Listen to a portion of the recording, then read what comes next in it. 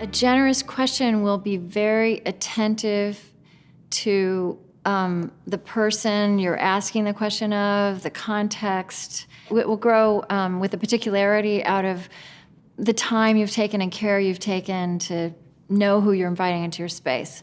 It may be a little easier to say what a bad question is, because I think actually that's a hallmark of a bad question. In fact, it is not attentive to the particularity of the person. I think there's a difference between a simple question and a simplistic question, right? The simple, honest question, the question that just wants to understand. Honestly, a great question, which doesn't necessarily sound big, can be, what do you mean when you use that word?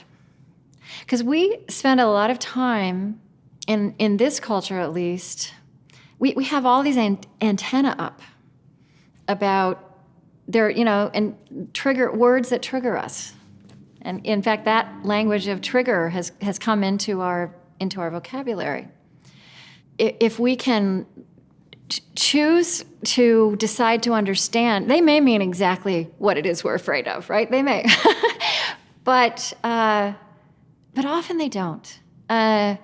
One thing I bear in mind that science is actually revealing to us is that we, again, as creatures, assume and imagine much more homogeneity in others, in other groups, than we know there to be in our own. We know that in our circles of friends and family and coworkers, people who are kind of on our side in our group, with whom we have a common shared vocabulary, with whom we may have a sense of shared mission, there's huge diversity in that group. And even in that group of our identity, there are the people we understand and we know they understand us, and there are the people who drive us crazy. And there are the people with whom staying in relationship means there are certain subjects we're just not going to talk about, right? We're going to say, we're not going to talk about this for the sake of our respect for each other. But with other groups, we imagine that they all mean the same thing when they use certain words, and we associate them with that worst specimen, right? That most strident, perhaps hateful to us, perhaps inflammatory to us expression. And that's just not true, and it's not fair, it's not good for us.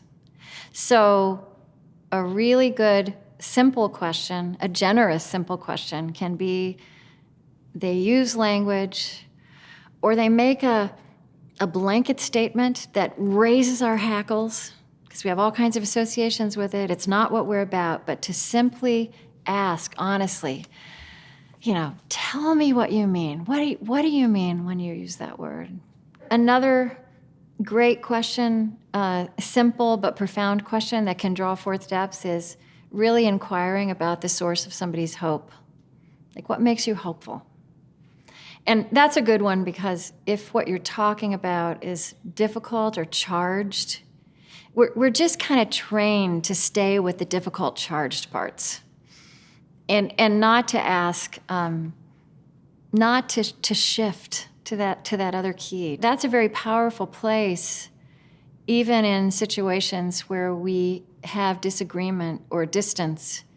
If we can find that there's a resonance between our place of hope and theirs, that's an amazing place to start that quality of relationship. Another one that is related to that, that needs perhaps a little more cultivation, like you need to have a space of safety and trust, would be if you can ask somebody about their fear. And again, you can't do that in every setting, but I think we could dare that actually more often than we probably think we can, even in a situation that's not very intimate. But again, the key is, do you really want to know? Do you really mean that? Are you really asking out of a place of human care and curiosity? Somebody who perhaps you are disagreeing with profoundly, or whose position frightens you, to just really lean in and say, can you just explain to me? I really want to understand what frightens you in what I've said or in the specter behind what you're talking about.